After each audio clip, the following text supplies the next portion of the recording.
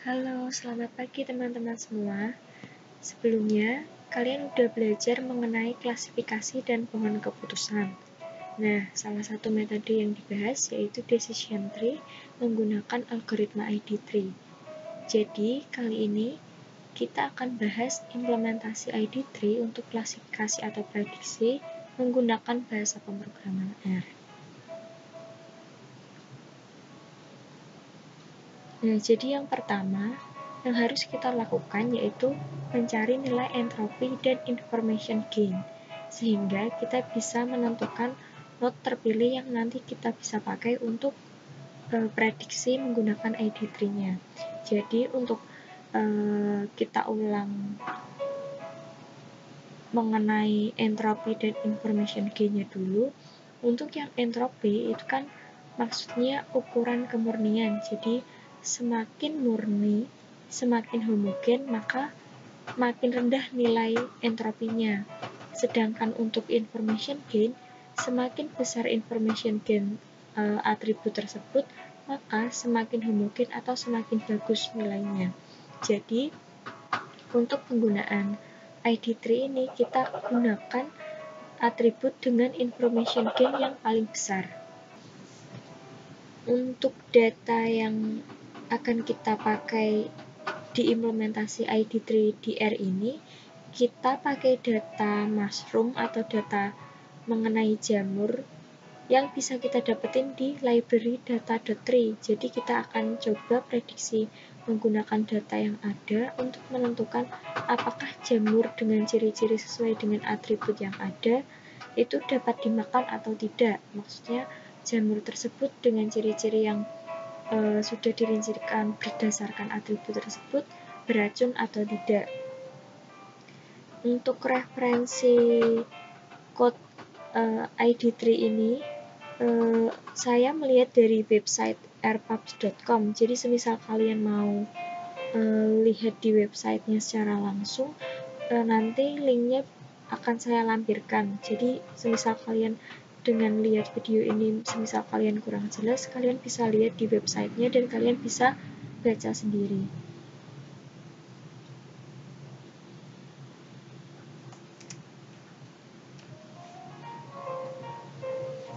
Nah, untuk baris code di awal kita yang pertama kita membuat fungsi-fungsi untuk melihat data apakah murni atau tidak. Kemudian kita juga buat fungsi untuk menghitung entropinya. Jadi semisal data yang kita punya itu benar-benar murni, maka akan memiliki entropi sebesar 0. Nah, untuk yang pertama kita ada fungsi untuk mengetahui kemurniannya. Kemudian juga ada fungsi entropi untuk menghitung entropinya. Di sini kita jalankan dulu.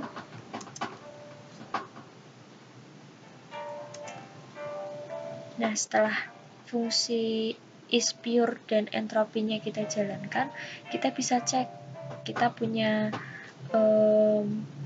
kita panggil fungsi entropi, kemudian kita isi kolomnya itu 10 dan 0. Nanti kita lihat entropinya berapa. Nah, di situ entropinya 0, kemudian untuk data 0 dan 10 entropinya juga 0. Berarti dia memiliki kemurnian yang sangat bagus karena untuk entropi sendiri dia semakin rendah nilainya maka semakin murni nilainya, dan 0 merupakan nilai paling rendah untuk ukuran kemurnian entropinya, jadi dia nilainya paling bagus. Kemudian untuk entropi 5,5 ini maksudnya semisal kita asumsikan untuk data mushroomnya itu ada 5 jamur yang beracun dan juga ada 5 jamur yang bisa dimakan. Kita bisa cek akan mendapatkan entropi sebesar 1. Nah, 1 itu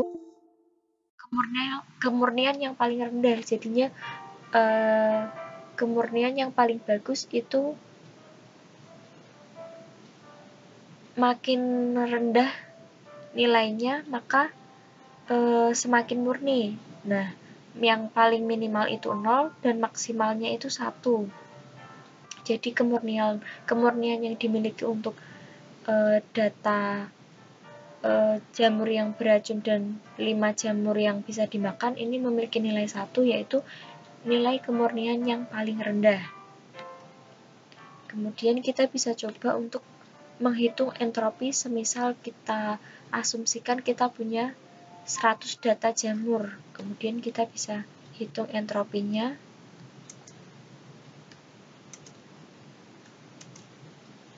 Nah, di bagian plot ini kita bisa lihat kurva yang menunjukkan entropi edible, maksudnya entropi dari jamur yang bisa dimakan sebanyak 100 misal. Nah, kurva yang berbentuk seperti ini, melengkung seperti garis bujur ini, dia menunjukkan proporsi contoh positif. Jadi menunjukkan entropi proporsi yang positif. Kemudian selanjutnya kita bisa buat fungsi untuk menghitung information gain-nya. Jadi di website yang saya gunakan untuk referensi, di sana sudah tersedia fungsi-fungsi yang bisa kita pakai untuk perhitungan menggunakan ID tree. Jadi step awalnya kita ada fungsi untuk kemurniannya yang pertama, kemudian untuk perhitungan entropinya, lalu yang ketiga ada information gain juga. Jadi information gain ini dia semakin besar nilainya, maka semakin homogen atau semakin bagus. Jadi kita bakal pilih atribut mana sih yang punya information gain paling besar, maka kita pakai untuk prediksi nanti pakai ID tree. Lalu kita jalankan dulu untuk fungsi information gain-nya. Jadi fungsi ini tuh dia return, jadinya mengembalikan nilai. Oke. Setelah itu, kalau semisal kita mau pakai data mushroom, nah data mushroom itu kita nggak bisa akses sembarangan. Jadinya kalau semisal kita mau pakai data mushroom atau ada beberapa data yang semisal kita nggak punya sendiri, jadi data yang ada di library, jadi kita harus install dulu. Nah, untuk data mushroom ini kita pakai library yang namanya data.tree. Jadinya data.tree ini bakal bantu kita untuk melakukan implementasi ID tree-nya, juga untuk menyediakan datanya. Jadi kita bisa pakai data mushroom ini untuk implementasi ID tree di R-nya. Kita jalankan dulu. Nah, setelah library-nya kita jalankan, kemudian kita panggil data mushroom-nya. Nah, sebelum ini, semisal kita mau cek nih, data mushroom itu isinya apa, kita bisa pakai view mushroom.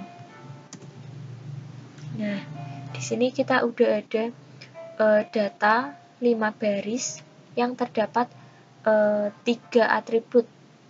Nah, 3 atribut yang memiliki satu atribut penentu. Jadi ada 3 atribut, yaitu color, size, dan points. Itu atribut-atribut tersebut berdasarkan dengan nilai yang ada di dalamnya akan menentukan atribut penentunya, edibility-nya. Misal dia bisa dimakan atau tidak, jadi beracun atau tidak. Nah, di sini ada 5 baris. Di atribut color-nya dia punya instance yang yaitu warna atau color-nya itu ada red, brown, green. Itu merah, coklat, dan hijau. Kemudian untuk size-nya itu ada small dan large, jadinya kecil atau lebar. Kemudian untuk points-nya itu ada ya dan tidak. Kemudian edibility-nya toxic dan edible itu untuk toxic beracun, kemudian edible itu bisa dimakan. Nah, berdasarkan data mushroom yang akan kita pakai, kita bisa menghitung untuk information gain-nya itu. Jadi kan information gain tadi di awal dia menggunakan di dalamnya ada function terus TBLE. Nah, TBLE itu dia menunjukkan data frame matrix. Nah, jadi kita bisa isi di dalamnya itu data frame matrix. Semisal yang pertama kita mau deklarasi variabel baru namanya TPLE. Nah, TPLE itu di dalamnya ada tabel mushroom untuk kolom color dan edibility-nya. Misal kita mau panggil, nah kita buat variabel TPLE-nya itu yang di dalamnya berisi data dalam mushroom. Nah, tapi yang kita ambil hanya kolom color dan edibility-nya, supaya kita bisa lihat untuk tabelnya. Kita jalankan TPLE. Nah, di konsol ini kita bisa lihat untuk tabelnya atau matriksnya. Jadinya kita bisa lihat untuk color brown, dia jumlah yang bisa dimakan, jamur yang bisa dimakan itu ada 2. Sedangkan yang beracun ada 0, kemudian yang warna hijau yang bisa dimakan ada 1, yang beracun ada 0, dan yang warna merah dia yang bisa dimakan ada 1, kemudian yang beracun ada 1. Setelah itu, semisal kita mau cari information gain-nya, kita bisa langsung panggil fungsinya, kemudian menggunakan parameter TPLE. Nah, TPLE tadi kan itu merupakan tabel yang berisi data mushroom, kolom color, dan edibility. Jadi, semisal kita mau coba untuk mencari information gain-nya, kita panggil parameter yang dipanggil atau data yang dipanggil itu adalah atribut yang mendukung dan atribut yang menentukan. Jadi semisal tadi kan ada di data mushroom itu kan ada 3 atribut, color, size, dan points. Kemudian untuk variabel penentunya kan ada edibility. Jadi semisal kita mau cari information gain-nya per atribut untuk prediksi nanti, kita harus cek nanti berpasangan, jadinya color dengan edibility, kemudian size dengan edibility, dan juga points dengan edibility. Lalu kita coba hitung dulu. Nah, untuk information gain color itu ada 0,321 sekian. Kemudian untuk information gain size ada 0,17. Kemudian untuk information gain dari points 0,321 sekian, yang jumlahnya sama seperti information gain di atribut color. Nah, untuk setelah kita menghitung information gain dari tiap atribut, nah kita bisa pilih, kita ingat di awal tadi, untuk information gain kita pilih yang memiliki nilai yang paling besar, karena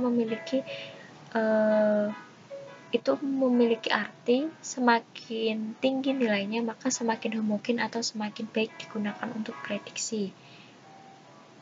Setelah itu kita bisa masuk ke fungsi train ID3. Jadinya train ID3 ini kita bisa gunakan untuk membuat atau kita pakai untuk training datanya. Jadi semisal kita mau prediksi atau klasifikasi, kan kita harus memerlukan training datanya atau data yang bisa dipelajari untuk klasifikasi atau prediksi.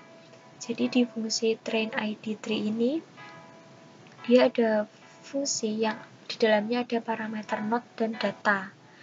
Kemudian di sini juga ada kondisi jika kumpulan datanya murni semisal beracun, maka fungsinya akan seperti ini, if is pure data. Nah, ini di dalamnya itu dia membangun jenis jamur yang memiliki data murni.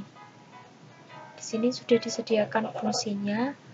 Kemudian di else-nya ini dia akan pilih atribut yang memiliki information gain paling tinggi. Jadi tadi kan untuk information gain-nya yang paling tinggi itu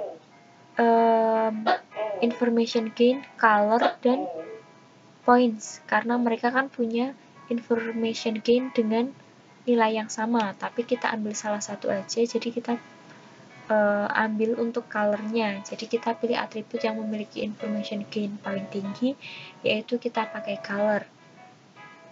Kemudian di dalamnya juga ada ambil data yang memiliki nilai fitur tersebut. Nah, maksudnya fitur itu apa? fitur itu kita bisa sebut juga atributnya.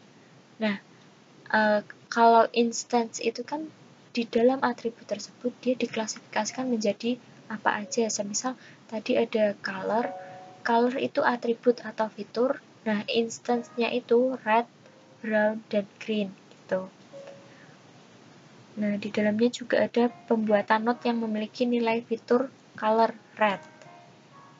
Kemudian ada pemanggilan algoritma secara rekursif menggunakan parameter turunan dan subsetnya. Jadi semisal kita mau memanggil fungsi train id tree, dan kita bisa panggil nanti menggunakan dua parameter, yaitu child dan child ops. Nah, itu menggunakan atau parameternya kita bisa sebut node dan datanya. Jadi untuk yang pertama ini untuk training data, kita jalankan dulu train id tree-nya. Nah, setelah itu untuk node-nya kita berikan variabelnya namanya tree. Semisal kalian mau ganti namanya terserah. Nah, itu ada node $new, itu maksudnya data training yang akan dimasukkan itu data apa. Nah, ini kita masukkan data mushroom-nya tadi. Terus kita jalanin. Setelah itu untuk train id tree-nya tadi kan dia punya parameter node dan datanya. Jadi node-nya itu node new-nya itu mushroom, kan itu nilainya bertambah secara terus menerus. Kemudian untuk train id tree-nya itu mushroom, kita pakai data mushroom, kita jalankan. Kemudian kita bisa lihat pohon atau diagram pohonnya itu seperti apa. Nah, di sini ada level name, feature, dan upscale-nya. Maksudnya itu apa? Jadi jamurnya yang memiliki warna coklat, kemudian bisa dimakan, itu ada berapa. Jadi ini sudah ada jumlah yang sesuai. Semisal warna merah, kemudian lebar, nantinya memiliki upscale-nya berapa. Kita bisa cari menggunakan print tree-nya, yaitu pohonnya kita bisa cari. Kemudian untuk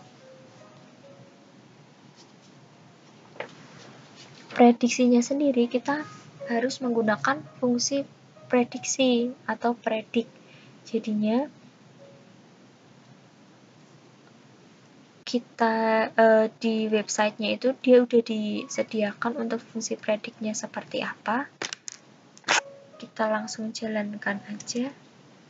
Nah, setelah udah kita jalankan, nah di sana kan di fungsi predict itu dia punya parameter tree dan features-nya. Jadinya tree-nya itu maksudnya apa? Tree itu data yang digunakan untuk trainingnya tadi kan. Jadi data yang kita pakai data mushroom tadi, pohonnya, kita panggil di fungsinya predict ini. Kemudian untuk prediksinya kita panggil lagi, dia panggil tree, predict, kemudian di dalam kurung dia untuk parameter yang pertama yaitu tree atau yang ini tadi, dan untuk parameter kedua kita isi kolom feature-nya.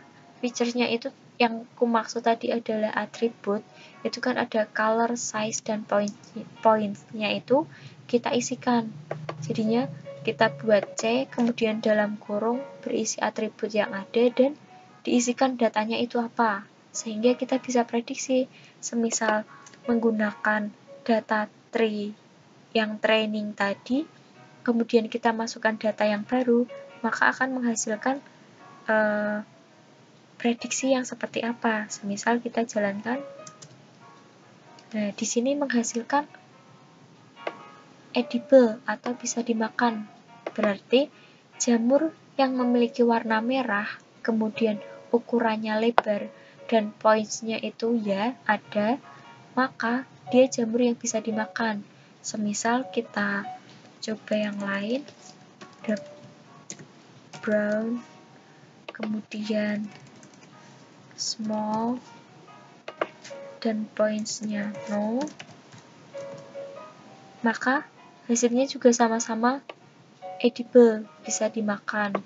Jadi berdasarkan data yang udah ada, kita olah menggunakan fungsi ID3 yang udah tersedia, lalu kita jalankan, maka kita bisa melakukan prediksi atau klasifikasi menggunakan data yang baru berdasarkan data latih atau data training yang udah kita coba menggunakan ID3 sebelumnya.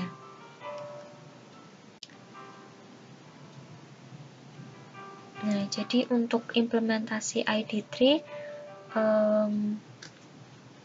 sampai di sini. Semisal kalian ingin melihat di websitenya langsung, kalian bisa buka link yang nanti akan saya lampirkan di Classroom atau nanti akan saya lampirkan di grup.